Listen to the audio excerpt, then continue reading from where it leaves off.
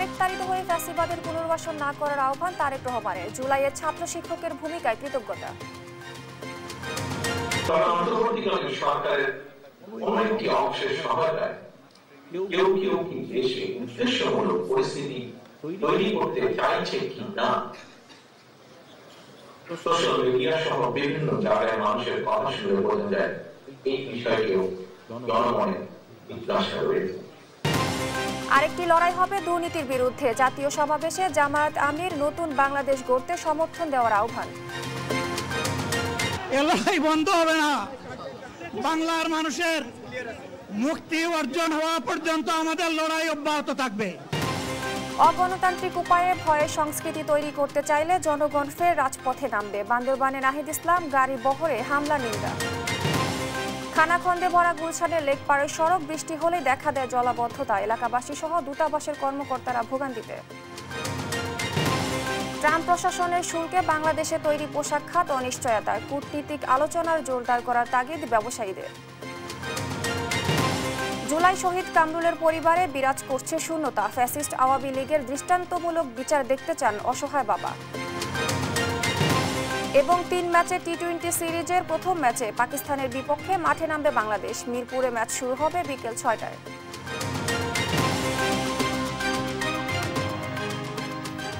দেখছিলেন শিরোনাম সংবাদ সকালের সঙ্গে আছি আমি স্নিগ্ধা খান। এবার বিস্তারিত। আবেগতাড়িত হয়ে ফ্যাসিবাদের পুনর্বাসন না করার আহ্বান জানিয়েছেন বিএনপির ভারপ্রাপ্ত চেয়ারম্যান তারেক রহমান। বিকেলে গণ অভ্যুত্থান 2024-এ বেসরকারি বিশ্ববিদ্যালয়ের শিক্ষক শিক্ষার্থীদের অবদান ও শহীদের স্মরণ সভায় তিনি এই আহ্বান জানান। এ সময় সংস্কারের আগেই 24-এর গণহত্যার বিচার দাবি করেন শহীদ পরিবারের সদস্যরা। এম.এ. আজিমের রিপোর্ট। গণ অভ্যুত্থান 2024-এ বেসরকারি বিশ্ববিদ্যালয়ের শিক্ষক শিক্ষার্থীদের অবদান ও শহীদদের স্মরণ সভায় প্রধান অতিথি হিসেবে ভার্চুয়ালি যুক্ত হন বিএনপির ভারপ্রাপ্ত চেয়ারম্যান তারেক রহমান। এ সময় অভ্যুত্থানে স্বজনহারা পরিবারের সদস্যরা স্মরণ করেন অভ্যুত্থানের দিনগুলি। দাবি করেন নারকীয় এ হত্যার সঠিক বিচার, যা সংস্কারের থেকেও বেশি গুরুত্বপূর্ণ বলে মনে করেন তারা। যেদিন আমাদের মাথার উপর হেলিকপ্টার ঘোরা শুরু করেছিল, আমরা এখন দেখছি এই জুলাই জুড়ে জুলাই উদযাপনের জন্য আমাদের মাথার উপর অনেক ড্রোন ঘুরছে। আমরা ড্রোন শো দেখছি। আমরা মূলত দেখতে চাই যে এই হেলিকপ্টারগুলো গত জুলাইতে আমাদের মাথার উপর ঘুরেছিল, সেখান থেকে আমাদের যারা গুলি করেছিল আমরা আসলে তাদের ফেসগুলো, সেই কালপ্রিটগুলোকে দেখতে চাই ড্রোন শট থেকেও, যেটা গুরুত্বপূর্ণ। আল্লাহর কাছে ফরিয়াদ করেছে, আরে স্বৈরাচার সরকার তুই আমার সন্তানকে গুম করে দেওয়ার জন্য এত কিছু করলি, একটা আল্লাহ আছে উপরে, তিনি আমার সন্তানকে যদি ফিরাই দেয়, ওর আইডি কার্ড থেকে সে বলে গেছিল আইডি কার্ড থেকে আমাকে নিও, আইডি কার্ডকে তো পুড়িয়ে দিতে পারিস নাই, তোরা মানুষকে পুড়িয়ে দিছিস, এই আইডি কার্ড থেকে আমার সন্তানকে শনাক্ত করা হয়েছে যে আমার সন্তান। এদিকে ফেসিবাদের থাবা শহর থেকে গ্রামে 16 বছর ধরেই চলমান ছিল দাবি করেন বিএনপির শীর্ষ নেতারা। বলেন 24-এর অর্জন কোনো নির্দিষ্ট একটি দলের নয়, গণতন্ত্র উদ্ধারের সংগ্রাম এখনো চলমান বলে উল্লেখ করেন তারা। সংগ্রাম শেষ হয়নি, সামনে গণতন্ত্রের যে সংকট দেখা যাচ্ছে, সেই সংকট থেকে উত্তরণ করতে হলে আমাদেরকে অনেক সজাগ সতর্ক থাকতে হবে। আজকে গণতন্ত্রে উত্তরণের যে স্বপ্ন আমাদের, সেই স্বপ্নকে বাস্তবায়িত করতে হলে আমাদেরকে আরো সজাগ হয়ে আরো সতর্কতার সঙ্গে আমাদেরকে ভবিষ্যতের দিকে কাজ করতে হবে। 71-এর শহীদদের সাথে 24-এর শহীদরাও চিরস্মরণীয় ও সম্মানের উল্লেখ করেন বিএনপির ভারপ্রাপ্ত চেয়ারম্যান তারেক রহমান। 1971 সালে বাংলাদেশের স্বাধীনতা অর্জনের যুদ্ধে শহীদ মুক্তিযোদ্ধারা যেভাবে জনগণের হৃদয়ে স্মরণীয় বরণীয় হয়ে রয়েছেন এবং থাকবেন, ঠিক একইভাবে 2024 সালে দেশ এবং জনগণের স্বাধীনতা রক্ষার যুদ্ধে শহীদরাও আজীবন জনগণের হৃদয়ে স্মরণীয় বরণীয় হয়ে থাকবেন। নির্বাচন পেছাতে কেউ যাতে চক্রান্ত করতে না পারে সেদিকেও সজাগ থাকার আহ্বান জানান তারেক রহমান। বলেন আবেগতাড়িত হয়ে ফ্যাসিবাদীদের যেন পুনর্বাসিত করা না হয়। কোনো আবেগ তাড়িত কিংবা ভুল সিদ্ধান্তের কারণে রাষ্ট্র রাজনীতিতে ভবিষ্যতে আর যাতে কোনো চরমপন্থা কিংবা ফ্যাসিবাদ পুনর্বাসিত হওয়ার সুযোগ না পায় সে ব্যাপারে আপনাদেরকে তথা সমগ্র দেশবাসীকে সতর্ক এবং দায়িত্বশীল ভূমিকা পালন করতে হবে। সম্পূর্ণরূপে ফ্যাসিবাদ নির্মূলে নির্বাচন ব্যবস্থা সুষ্ঠু করা প্রয়োজন বলে জানান তারেক রহমান। আজকের অনুষ্ঠানের আয়োজন এম এ আজিম, দেশ টিভি, ঢাকা। একটা লড়াই হয়েছে ফ্যাসিবাদের বিরুদ্ধে, এবার লড়াই হবে দুর্নীতির বিরুদ্ধে। দেশের মানুষের মুক্তি পর্যন্ত লড়াই চলবে। 7 দফা দাবিতে রাজধানীর সোহরাওয়ার্দী উদ্যানে জাতীয় সমাবেশে এসব কথা বলেন জামায়াতে ইসলামী আমির ডক্টর শফিকুর রহমান। আর দলটির শীর্ষ নেতারা বলেন, অবিলম্বে সংবিধানে পিআর পদ্ধতি অন্তর্ভুক্ত করতে হবে, না হয় আন্দোলন করে তা আদায় করা হবে। নিয়াজ মুর্শেদকে সঙ্গে নিয়ে ফাহিম ইউসুফের রিপোর্ট। লাখো জনতার স্লোগানে মুখর ঐতিহাসিক সোহরাওয়ার্দী উদ্যান। শনিবার 7 দফা দাবি আদায়ে দেশের বিভিন্ন প্রান্ত থেকে জাতীয় সমাবেশে যোগ দেন জামায়াতে ইসলামীর নেতাকর্মী ও সমর্থকরা। সাংস্কৃতিক অনুষ্ঠান শেষে বেলা 2টায় শুরু হয় মূল পর্ব। সমাবেশে যোগ দেয় এনসিপি, গণ অধিকার পরিষদ, ইসলামী আন্দোলন, হেফাজত ইসলাম সহ বিভিন্ন দল ও সংগঠনের নেতারা। ক্ষমতার ভারসাম্য আনতে পিআর পদ্ধতিতে নির্বাচন, সেই সঙ্গে জুলাই সনদের জোর দাবি জানান তারা। পাশাপাশি অন্তর্বর্তী সরকারকে অভ্যুত্থানের সরকার হিসেবে কাজ করার আহ্বানও জানান নেতারা। অন্তর্বর্তীকালীন সরকারের কাছে আমরা সুশীল সরকারের ভূমিকা চাই না, আমরা তাদেরকে অভ্যুত্থান পরবর্তী সরকারের ভূমিকায় দেখতে চাই। মৌলিক পরিবর্তন না করে আপনারা নির্বাচনের দিকে হাঁটবেন না।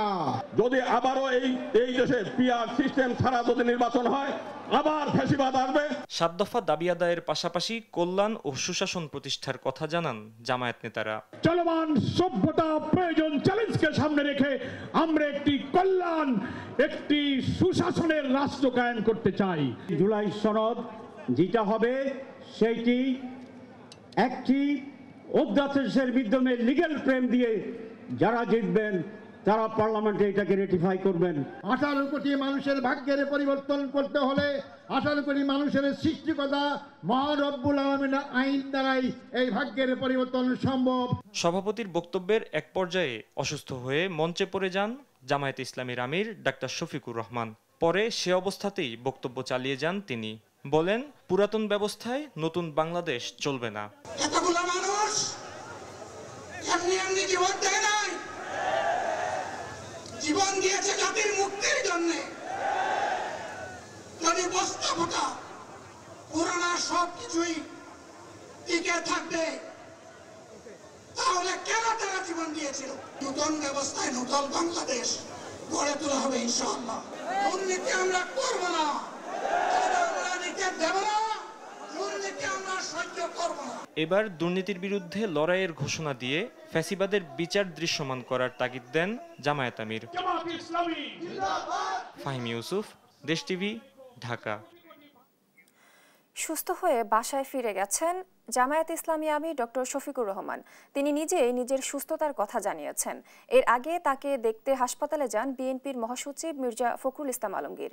তিনি বলেন, বর্তমান রাজনৈতিক প্রেক্ষাপটে জামায়াতে আমিরের সুস্থ হওয়াটা জরুরি। সাদ আহমেদের রিপোর্ট।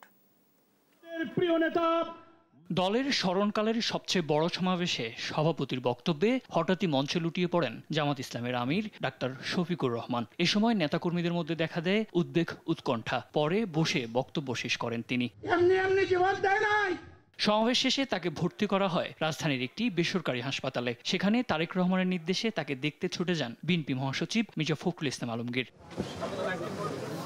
এ সময় তিনি বলেন, বর্তমান রাজনৈতিক প্রেক্ষাপটে জামায়াতের আমিরের সুস্থ হওয়াটা জরুরি। ভারপ্রাপ্ত চেয়ারম্যান জনাব তারেক রহমান সাহেব আমাকে বলেছেন যে আপনি যান, গিয়ে দেখে বাংলাদেশের রাজনীতির ক্রিটিক্যাল মোমেন্টে আপনার আমির সাহেবের সুস্থ হওয়াটা খুব জরুরি বলে আমরা মনে করি।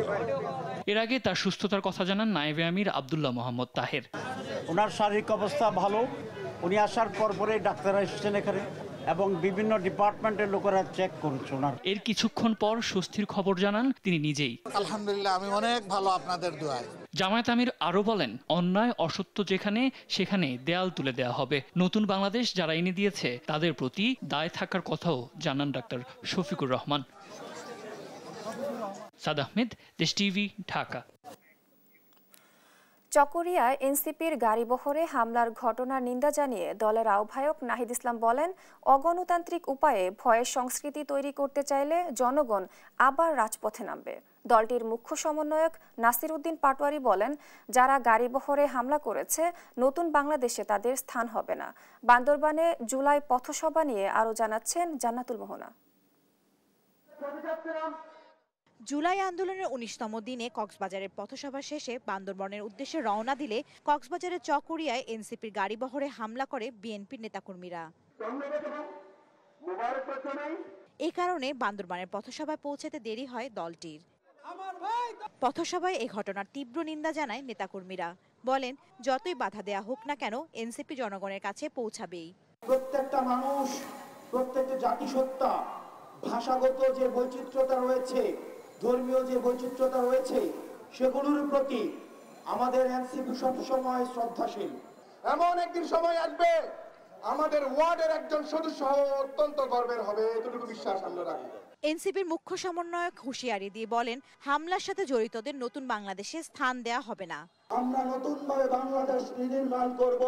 যারা সন্ত্রাসের পাশে কথা বলে, যারা গাড়ি বহরে হামলা দিয়ে কথা বলে, নতুন বাংলাদেশে তাদের কোনো স্থান হবে না। অগণতান্ত্রিক উপায়ে ভয়ের সংস্কৃতি তৈরি করতে চাইলে জনগণ আবারও রুখে দেবে বলে জানান দলের আহ্বায়ক নাহিদ ইসলাম। অগণতান্ত্রিকভাবে একটা রাজনৈতিক দলের কর্মসূচিতে বাধা প্রদানের চেষ্টা করা হচ্ছে। জনগণ যে অগণতন্ত্রের বিরুদ্ধে, যে স্বৈরতন্ত্রের বিরুদ্ধে এবং মত প্রকাশের স্বাধীনতার পক্ষে গণ অভ্যুত্থানে করে নেমেছিল, ইনশাল্লাহ সামনের দিনও যদি ভয়ের সংস্কৃতি কেউ তৈরি করতে চায়, জনগণ আবারও রাজপথে নামবে। পথসভা শেষে চট্টগ্রামের উদ্দেশ্যে রওনা হয় এনসিপি। ২০ জুলাই রাঙ্গামাটি এবং চট্টগ্রামে পথসভা করবে দলটি। জান্নাতুল মোহনা, দেশ টিভি, বান্দরবান। খানাখন্দে ভরা রাজধানীর অভিজাত এলাকা গুলশানের লেকপাড়ের সড়কটি বৃষ্টি হলে শুরু হয় জলাবদ্ধতাও। এতে চরম ভোগান্তিতে পড়েন এলাকাবাসী সহ বিভিন্ন দেশের দূতাবাসের কর্মকর্তারাও। অবশ্য এর মধ্যে উন্নয়নের গল্প শোনালো ঢাকা উত্তর সিটি কর্পোরেশনের কর্তৃপক্ষ। বিস্তারিত জানাচ্ছেন তন্দ্রা তারণ্য। দেখে কে বলবে এটি রাজধানীর সবচেয়ে অভিজাত এলাকা গুলশান? লেক সংলগ্ন এই সড়কটির পুরোটাই এখন খানাখন্দে ভরা। এই সড়কটি কয়েকটি গুরুত্বপূর্ণ দূতাবাস, অফিস এবং গুলশানের যাতায়াতের অন্যতম পথ। সড়কের এই দৃশ্য যেন কোনো অভিজাত এলাকার নয়, বরং বহন করছে কর্তৃপক্ষের অবহেলার বাস্তব চিত্র। খানাখন্দ, কাদা আর জমে থাকা পানির কারণে রিকশা থেকে শুরু করে অ্যাম্বুলেন্স পর্যন্ত চলতে হিমশিম খায় এই সড়কটিতে। মনে হয় যে রিকশা পড়ে যাবে, এত ঝাঁকি আসি। অনেকদিন যাবত এই রাস্তায় এই অবস্থা। রাস্তার মধ্যে চলার কোনো যোগ্যতা নেই। অনেক ভিআইপি যায়, অনেক মনে করেন ব্যবসা প্রতিষ্ঠান এখানে সামনে, মানে এই রাস্তা দিয়ে মনে করেন গরিব মানুষ যারা স্কুলে বাচ্চা নিয়ে যায়, যারা এদের অনেক কষ্ট। স্থানীয়রা জানান, গেল কয়েক বছর এই সড়কে কোনো সংস্কার কাজ হয়নি। বর্ষা এলেই এই রাস্তা চলাচলের অনুপযোগী হয়ে পড়ে। জলাবদ্ধতার কারণে বিপাকে পড়তে হয় তাদের। এই লেক সাইড দিয়ে এই রাস্তাটা ছিল আশীর্বাদ। গত ৩-৪ বছর ধরে রাস্তাটা এখন অভিশাপে পরিণত হয়েছে। গুলশানের মতো এরকম গুরুত্বপূর্ণ একটা জায়গার মধ্যে এই রাস্তাটার দিকে কারো কোনো নজর নাই, সবাই যার যার দিকে ব্যস্ত আছে। এখানে একটু বৃষ্টি হলেই পানি বেঁধে যায়, রিক্সার উপর দিয়ে পানি উঠে যায়। এই পোলা পানলে স্কুলের ছাত্র নিয়ে যাবার লাগলে রিক্সা উল্টে পড়ে যায়, এরকম অবস্থা হয় মাঝে মধ্যেই। দিনের মধ্যে 3-4, 10-20টা রিক্সা উল্টে যায়। বৃষ্টি নামলে এই অবস্থা হয়, আর এমনি তো ভাঙ্গা আছেই। বাসিন্দাদের অভিযোগ, কর্তৃপক্ষের নজরে থাকলেও বাস্তবে কাজের কাজ কিছুই হয়নি এতদিন। তবে ঢাকা উত্তর সিটি কর্পোরেশন বলছে ভিন্ন কথা। দীর্ঘদিন ধরে এই সড়কের উন্নয়নের কাজ না হলেও এবার উন্নয়ন প্রকল্প হাতে নিয়েছেন তারা। আমরা শুরু করব, শুরু 1 বছর তো লাগেই, বাট আমরা আগামী মাস থেকে কাজ শুরু করব। আগে একটা টেন্ডার হয়েছিল, এটাকে আবার নতুন করে সাজিয়ে আমরা এটাকে কাজ করছি। কিছু জায়গায় রিপেয়ার করা লাগবে, সুতরাং এটাকে আমরা একটু চড়া করে দিয়ে গাড়ি যেন পাস করতে পারি, সেটাকে মাথায় রেখে আমরা এবারে এই উন্নয়ন প্রকল্পটি সাজিয়েছি। গুলশানের লোকজন আশা করতে পারে যে আমরা এটা এবার সলভ করতে পারবো। অভিজাত এলাকার বাসিন্দাদের এই দুর্ভোগ যেন বুঝিয়ে দেয় রাজধানীর অলিগলির চিত্র কতটা করুণ হতে পারে। উন্নয়ন প্রকল্পের গল্প নয়, বাস্তবায়ন চায় রাজধানীবাসী। তন্দ্রা তারণ্য, দেশ টিভি, ঢাকা। ট্রাম্প প্রশাসনের পাল্টা শুল্কে বাংলাদেশে তৈরি পোশাক খাত গভীর অনিশ্চয়তায়। ব্যবসায়ীদের দাবি 1 আগস্ট থেকে কার্যকর হতে যাওয়া অতিরিক্ত 35% শুল্কের ফলে অনেক রপ্তানির অর্ডার এর মধ্যেই স্থগিত হয়েছে। তাই সংকট নিরসনে কূটনীতিক আলোচনা জোরদার করার কথা জানান তারা। আর মুক্ত বাণিজ্য চুক্তি এবং মার্কিন বাজারে বিনিয়োগ বাড়ানোর পরামর্শ অর্থনীতিবিদদের। মোহাম্মদ আলাউদ্দিনের রিপোর্ট। যুক্তরাষ্ট্রের পাল্টা শুল্কের মুখে দেশের তৈরি পোশাক শিল্প এখন গভীর অনিশ্চয়তার মধ্যে। বাংলাদেশের রপ্তানি পণ্যে ট্রাম্প প্রশাসনের অতিরিক্ত 35% শুল্ক আরোপের পর পরিস্থিতি নতুন মোড় নিয়েছে। এই শুল্ক 1 আগস্ট থেকে কার্যকর হতে যাচ্ছে। এমন অবস্থায় সরকার দ্রুত কূটনৈতিক সমাধানের দিকে এগোচ্ছে এবং আলোচনায় বেসরকারি খাতকে সম্পৃক্ত করার উদ্যোগ নিয়েছে। অতিরিক্ত শুল্ক আরোপের ফলে পোশাক রপ্তানির অনেক অর্ডার স্থগিত হচ্ছে জানিয়ে পেট্রোয়েট গ্রুপের ব্যবস্থাপনা পরিচালক ইকবাল হোসেন বলেন, দ্রুত সমাধানে না আসলে ব্যাপক লোকসানের মুখে পড়বে গার্মেন্টস শিল্প। এই ট্যারিফ যদি না কমায় তাহলে যে সমস্ত গার্মেন্টস গুলো আমরা ইউএস বায়ারের উপর ডিপেন্ডেন্ট ছিলাম তারা একটা বিরাট ডিজাস্টারের মধ্যে পড়ে যাবো আর কি। আমি তো ইউএস এর কাজ করি। আমি এই যে আগামী সেপ্টেম্বরের অগাস্টে যে আমার 1 মিলিয়ন পিসের যে অর্ডার ছিল সুইমিং শর্টস, ওটা তারা হোল্ড করে রাখছে। আর বিশ্ববাজারে পোশাক শিল্পকে টিকিয়ে রাখতে শুল্কহার আরো কমানোর দাবি জানান বিজিএমইএ সভাপতি মাহমুদ হাসান খান। বলেন, শুল্কহার কমাতে প্রধান উপদেষ্টার সরাসরি হস্তক্ষেপ করা উচিত। বাণিজ্য উপদেষ্টা নিজেই এখন এটার মধ্যে ইনভলভ হয়েছেন। আমরা মনে করি প্রধান উপদেষ্টার এটাতে ইনভলভ হওয়া উচিত, তাইলে একটা ভালো বা আমাদের এক্সপেক্টেড রেজাল্ট পাওয়া সম্ভব। অর্থনীতিবিদ মাজেদুল হকের মতে ওয়াশিংটনের সঙ্গে মুক্ত বাণিজ্য চুক্তির মাধ্যমে এই সমস্যার সমাধান পাওয়া সম্ভব। যদি আমরা মুক্ত বাণিজ্য চুক্তি করতে পারি মার্কিন যুক্তরাষ্ট্রের সাথে, তাহলে এই সমস্যা নিরসন করা সম্ভব এবং মার্কিন যুক্তরাষ্ট্রের যে পোশাকের যে বাজারটা রয়েছে বাংলাদেশের, সেটা বিদ্যমান থাকবে। এবং আরও আমার পরামর্শ হলো যে শুধু মার্কিন যুক্তরাষ্ট্র না, ইউরোপিয়ান ইউনিয়নের সাথেও যে বিদ্যমান ইউরোপিয়ান ইউনিয়নের সাথেও আমাদের আলোচনা বসা উচিত। সেই সঙ্গে যুক্তরাষ্ট্রের বাজারে দেশীয় বিনিয়োগ বাড়ানোর কথাও বলেন তিনি। গার্মেন্টস শিল্প যখন বৈশ্বিক প্রতিযোগিতায় টিকে থাকার লড়াইয়ে ব্যস্ত, তখন শুল্কের এই আঘাত যেন গলায় ফাঁসির দড়ি। তবে কূটনৈতিক বিচক্ষণতার মাধ্যমে আলোচনার টেবিলই হতে পারে এই সংকট থেকে উত্তরণের একমাত্র পথ, এমনটাই মনে করছেন সংশ্লিষ্টরা। মোহাম্মদ আলাউদ্দিন, দেশ টিভি, ঢাকা। রাজধানীর পল্লবী এলাকায় বিহঙ্গ পরিবহনের একটি বাসে আগুন দিয়েছে দুর্বৃত্তরা। শনিবার রাতে রাজধানীর পল্লবী থানার সিরামিক রোড এলাকায় এই নাশকতামূলক ঘটনা ঘটে। প্রত্যক্ষদর্শী ও পুলিশ জানিয়েছে, স্থানীয় কাটার মোড় এলাকায় পার্কিং করে রাখা বিকল্প পরিবহনের একটি বাসে হঠাৎ দাউ দাউ করে আগুন জ্বলে ওঠে। খবর পেয়ে পরে পল্লবী ফায়ার সার্ভিসের একটি ইউনিট দ্রুত ঘটনাস্থলে পৌঁছে আগুন নিয়ন্ত্রণে আনে। তবে এই ঘটনায় কেউ হতাহত হয়নি। পুলিশের প্রাথমিক ধারণা, কার্যক্রম নিষিদ্ধ থাকা রাজনৈতিক সংগঠন আওয়ামী লীগের ঘোষিত হরতাল বাস্তবায়নের অংশ হিসেবে এই অগ্নিসংযোগ ঘটানো হতে পারে। পল্লবী থানার ঘটনার বিষয়ে আইনি ব্যবস্থা প্রক্রিয়াধীন রয়েছে। কারা এই ঘটনায় জড়িত তা উদ্ঘাটনে তদন্ত শুরু করেছে পুলিশ।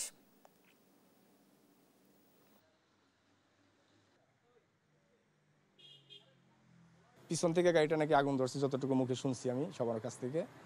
পরবর্তীতে আস্তে আস্তে সামনে গেছে। এর মধ্যে ওরা অনেক চেষ্টা করছে নিবানোর জন্য। ফায়ার সার্ভিসের শুরুতেই ফোন দিয়েছে, প্রায় 40-45 মিনিট পরে আসছে। একটু আগে আসলে মনে করেন যে আমার সামনের সাইডটা অন্তত একটু সেভ হইতো। সেভ হইলে মনে করেন যে গাড়িটার পুরাটা পুড়তো না, হয়তো পিছন সাইডটাই পর্যন্তই থাকতো। যার কারণে পুরা গাড়িটা পুড়ে গেছে। আমার একটাই গাড়ি, আর কোনো গাড়িটাই নাই আর কি। শুধু সরকার বা প্রশাসন নয়, পরিবেশ সংরক্ষণে প্রতিটি নাগরিকের চেষ্টা প্রয়োজন বলে মন্তব্য করেছেন পরিবেশ উপদেষ্টা সৈয়দা রিজওয়ানা হাসান। শনিবার রাজধানীর আগারগাঁয়ে পরিবেশ অধিদপ্তর বিশ্ব পরিবেশ দিবস উপলক্ষে আয়োজিত বিভিন্ন প্রতিযোগিতায় বিজয়ীদের পুরস্কার বিতরণী অনুষ্ঠানে এই মন্তব্য করেন তিনি। উপদেষ্টা বলেন, সরকার সব ঠিক করে দেবে, এই ধারণা থেকে বের হয়ে প্রত্যেককে সচেতন হতে হবে। শুধু এক প্রজন্মের লড়াই নয়, পরিবেশ রক্ষায় প্রয়োজন হবে কয়েক প্রজন্মের অবদান। পরিবেশ রক্ষার আন্দোলনে শিশুর অংশগ্রহণ বৃদ্ধির মাধ্যমে কাঙ্ক্ষিত ফলাফল মিলবে বলেও মন্তব্য করেন পরিবেশ উপদেষ্টা। So we have to spread the word. পরিবেশ সংরক্ষণের কথাটাকে আমাদেরকে ছড়িয়ে দিতে হবে এবং নিজেরা সমাজ, ব্যক্তি হিসাবে, পরিবার হিসাবে, সমাজ হিসাবে যখন এটাকে ধারণ করব, তখনই কিন্তু রাষ্ট্র বাধ্য হবে পরিবেশ রক্ষাটা যদি আর কিন্তু ব্র্যাকেট থেকে সরিয়ে এনে মেইন স্ট্রিমে দিতে। কিন্তু আর যদি থেকে যদি আমাদেরকে পরিবেশটাকে বের করতে হয়, তাহলে এক প্রজন্মের লড়াইয়ে হয়তো সেটা হবে না, সেটা কয়েকটা প্রজন্মের অবস্থান লাগবে। শ্রমিককে কারখানার মালিক কালো তালিকাভুক্ত করতে পারবে না, এমন সিদ্ধান্ত নেওয়া হয়েছে বলে জানিয়েছেন শ্রম ও কর্মসংস্থান উপদেষ্টা এম সাখাওয়াত হোসেন। শনিবার বিকেলে সাভারের গেন্ডা বালু মাঠে শহীদদের স্মরণে শ্রমিক সমাবেশে তিনি কথা বলেন। উপদেষ্টা আরও বলেন, প্রতিটি কারখানায় ট্রেড ইউনিয়ন করার অধিকার রয়েছে। সিবিআই নির্বাচনের মাধ্যমে নির্বাচিত প্রতিনিধিরাই সরকারের সাথে শ্রমিকদের সুযোগ সুবিধা নিয়ে আলাপ করবে বলেও জানান তিনি। এ সময় উপস্থিত ছিলেন মহিলা ও শিশু বিষয়ক উপদেষ্টা শারমিন এস মুর্শিদ, প্রাথমিক ও গণশিক্ষা মন্ত্রণালয়ের উপদেষ্টা অধ্যাপক বিভাদ রঞ্জন রায় পোদ্দার, প্রাণী সম্পদ উপদেষ্টা ফরিদা আক্তার।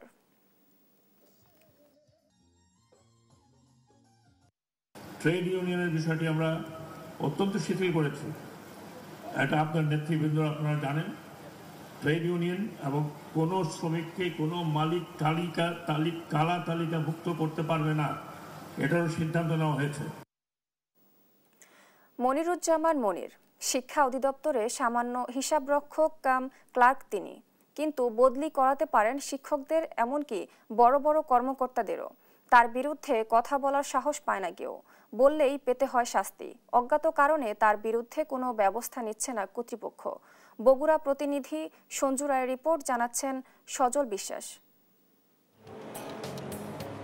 শিক্ষা অধিদপ্তরে অনিয়ম দুর্নীতির সিন্ডিকেটের হোতা মনিরুজ্জামান মনির হিসাবরক্ষক কাম ক্লার্ক পদের কর্মচারী হলেও তাকে মেনে চলেন পরিচালক পর্যায়ের কর্মকর্তারাও। বিগত ফ্যাসিস্ট সরকারের আমলে যেমন প্রভাব ছিল এই কর্মচারীর, এখনও তেমনই রয়ে গেছে। বদলি করানো ছাড়াও ভয়ভীতি দেখিয়ে মোটা অঙ্কের টাকা আদায় করে থাকেন তিনি। চাকরির ভয়ে তার বিরুদ্ধে কথা বলার সাহস করে না কেউ। আগের কর্মস্থল বগুড়া সোনাতলা উপজেলায় শিক্ষা অফিসের হিসাবরক্ষক হিসেবে একই রকম দাপট ছিল তার। আমার উপর হাত বড় না, কোনো হাত বড় না, বদলি করছিল ভাই পানিশমেন্ট ঠাকুর গা, আমাকে আপনাকে বদলি করেছে ওদেরই এক সহকর্মী প্রণয় বড়ুয়া, মানে ওনার বিরুদ্ধে কথা বললে তাকে বদলি করে। ওরা তো একটা আছে, ওরা তো একটা সংঘবদ্ধ চক্র ছিল। দেশ টিভির অনুসন্ধানে উঠে এসেছে মনিরের দুর্নীতি রাদ্য প্রান্ত। বগুড়ায় থাকতে মনির 13 মাস অফিসেই আসেননি, তদবির বাণিজ্যে পড়ে থাকতেন ঢাকায়। একদিনে এসে অফিসে হাজিরা খাতায় করে দিতেন সব দিনের সই। অফিসে আসেনি, ডাইরেক্টর স্যার বলে দিয়েছিল যে মাধ্যমিক স্যার আমাকে বলছিল। আমাদের অফিসে কোনো সময় তাকে আমি দেখিনি, আমি ফোনে তার জানতে পারছি যে তিনি সোনাতলায় কর্মরত ছিলেন। 3.5 মাস ছিল, 4.5 মাস ছিল, এর মধ্যে সে কন্টিনিউ অ্যাবসেন্টে ছিল। তদন্ত সাপেক্ষে মনিরের বিরুদ্ধে ব্যবস্থা নেওয়ার কথা বললেন বগুড়ার জেলা কর্মকর্তা। আদেশে সে বদলে আসছিল, সেখানে সে থাকে, তারপর সে বদলে হয়ে আবার চলে আসবে। দেশের কর্তৃপক্ষ আছে, কর্তৃপক্ষ বিধিমূলক ব্যবস্থা গ্রহণ করবেন। শিক্ষা বিভাগের ক্ষেত্রে কোনো অনিয়ম দুর্নীতির সাথে যুক্ত থাকে, অন্যায় করে পার পাওয়া যাবে না। যারা বিভিন্ন অন্যায় কাজের সাথে যুক্ত, তারা যথাযথ বিধিমূলক শাস্তির আওতায় আসছে। বগুড়া থেকে মনিরকে 2023 সালে বাগেরহাটে বদলি করা হয়। এরপর তিনি চলে আসেন ঢাকায়, যোগ দিয়েছেন ঢাকা কলেজে হিসাবরক্ষক কাম ক্লার্ক হিসেবে। একাধিকবার না, আপনারা যতবার স্টুডেন্ট নিতে আসে ততবারই আমি না করছি। সজল বিশ্বাস, নিউজ ডেস্ক, দেশ টিভি। নতুন বাংলাদেশের স্বপ্ন নিয়ে জুলাইয়ে বিপ্লবে ঢাকায় রাজপথে আন্দোলনে যোগ দিয়েছিলেন ব্রাহ্মণবাড়িয়ার তরুণ কামরুল মিয়া। এক পর্যায়ে 19 জুলাই ঢাকার মিরপুর 10-এ পুলিশের গুলিতে নিহত হন তিনি। এদিকে উপার্জনক্ষম প্রিয়জনকে হারিয়ে শূন্যতা বিরাজ করছে পরিবার জুড়ে। এই অবস্থায় নতুন বাংলাদেশের ফ্যাসিস্ট আওয়ামী লীগ সরকারের দৃষ্টান্তমূলক বিচার দেখতে চান শহীদ কামরুলের অসহায় বাবা। মেহেদি নূর পরশের পাঠানো তথ্য ছবিতে বিস্তারিত জানাচ্ছেন শামীম হোসেন। ছেলে হারানোর শোকে কাতর হয়ে পড়েছেন ব্রাহ্মণবাড়িয়ার নবীনগর উপজেলার কৃষ্ণনগর ইউনিয়নের গৌরনগর গ্রামের কৃষক নান্নু মিয়া। জুলাই বিপ্লবে শহীদ হয়েছেন প্রাণপ্রিয় ছেলে কামরুল মিয়া। তাতেও তার দুঃখ নেই, কারণ ছেলের টকবগে রক্ত অবদান রেখেছে নতুন বাংলাদেশের সূর্যোদয়ে। কামরুল স্থানীয় একটি মাদ্রাসায় প্রাথমিক শিক্ষা শেষে 2016 সালে জীবিকার সন্ধানে ঢাকায় চলে আসেন। ফার্নিচারের দোকানে শ্রমিক হিসেবে কাজ করা কামরুল আন্দোলন চলাকালে ছাত্র জনতার সাথে যোগ দিয়ে প্রথম দফায় গুলিবিদ্ধ হন। তবু দমে যাননি কামরুল। কিছুটা সুস্থ হয়ে আবারও 19 জুলাই রক্তচক্ষু উপেক্ষা করে সদল বলে আন্দোলনে ঝাঁপিয়ে পড়েন। বিকেলে মিরপুর 10 নম্বরে পুলিশের গুলিতে নিহত হন তিনি। মৃত্যুর 3 দিন পর ঢাকা থেকে তার লাশ এলাকায় এনে দাফন করে পরিবারের সদস্যরা। কামরুলের বাবা নান্নু মিয়া বলেন, সচ্ছলতা ফেরাতে বিদেশে যাবার স্বপ্ন ছিল তার ছেলের, সেই অনুযায়ী প্রস্তুতিও নিচ্ছিল, কিন্তু তার আগেই সে শহীদ হয়েছে। পিতার চাওয়া মৃত্যুর আগে দেশের মাটিতে পতিত আওয়ামী সরকারের বিচার দেখে যাওয়া। মিরপুর 10 নম্বর বংশকর কাজ করতো, গিয়া বৃহস্পতিবার গেছে, শুক্রবার গেছে, মোবাইল টোবাইল নেট সব বন্ধ, কোনো ইয়া নাই। আমার পুত্রের কোনো যোগাযোগ আমি করতেছি না। একটা ছেলে মারা গেছে আগে, বড় ছেলেটা, 3টা ছেলে আছে, 5 ওয়াক্ত নামাজ পড়তো, তার সংসারটা সেই পালতো, তার 4টা বোন, তার মা নাই। ব্রিটিশ সরকারের আন্দোলনে 2-3 দিন যাবৎ সে আন্দোলনে ছিল। প্রথম দিনে আঘাত পেয়ে আছে, দ্বিতীয় দিনে আবার গেছে ফিরে। অত্যন্ত বর্বরতার সাথে হত্যাকাণ্ড ঘটেছে। আমার বাচ্চাদের লাশ আনতে গিয়ে আমরা অনেক কষ্ট করেছি। এই কারণে আমরা বর্তমান সরকারের কাছে দাবি করি যাতে বিগত জালেম সরকারের সুষ্ঠু বিচার হয়। জুলাই হতাহতদের রক্তে অর্জিত নতুন বাংলাদেশ আর কখনো পথ হারাবে না, এমনটাই প্রত্যাশা সকলের। শামীম হোসেন, নিউজ ডেস্ক, দেশ টিভি।